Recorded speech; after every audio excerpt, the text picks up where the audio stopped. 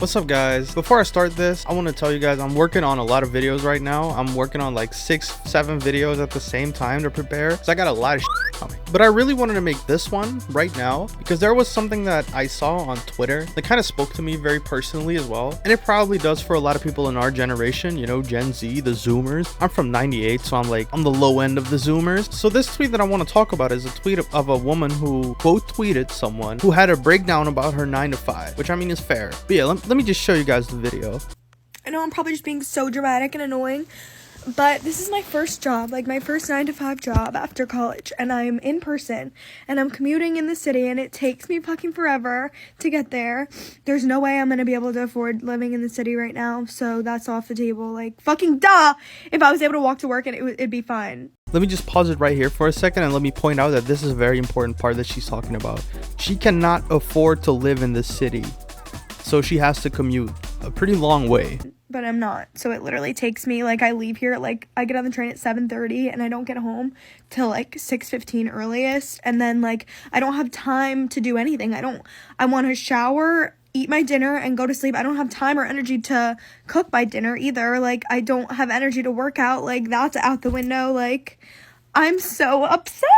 Oh my god. This is a very understandable situation to get upset at, you know, because at one point nobody really prepares you for what comes after you graduate and you have your first 9 to 5 for a while, unless you had a full-time internship already. But I'll come back to that in a bit with my own story, because it really made me empathize with her so hard.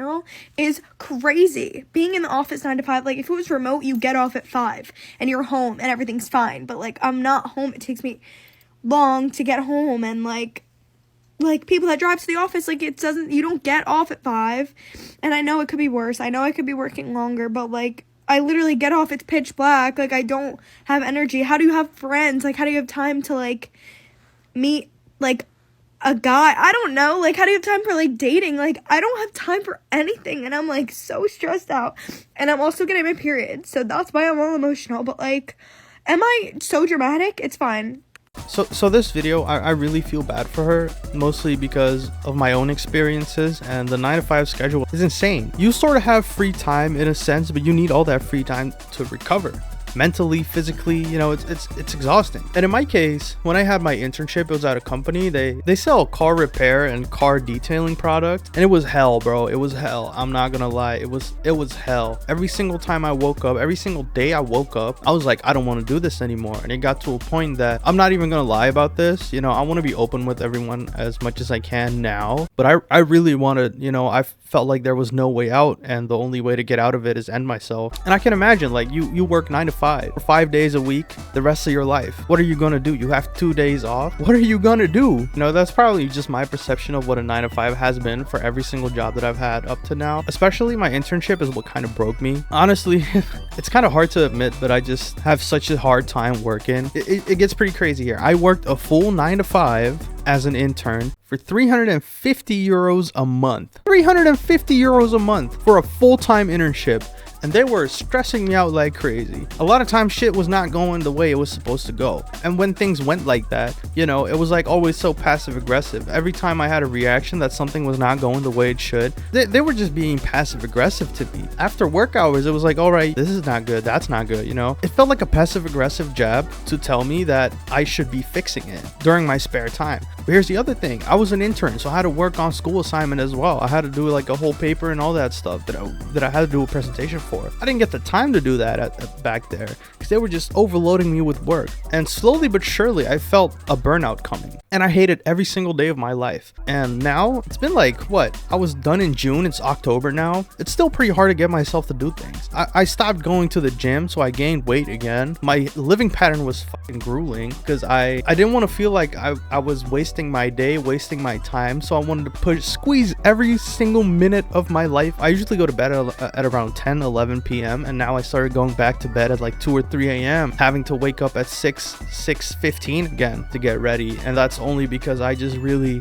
didn't want to live to work. That's mostly the biggest problem. I didn't want to live to work, and that's eventually what started happening. And I wanted to end myself every single day that I went there. Steering away from my ramble here, this woman is like not understanding what people are telling her, that this is a valid thing to be depressed about, and you know, not wanting to live through it. And she's just like, how will she have time to get her nails done? Poor girl's going to have to go without a manicure.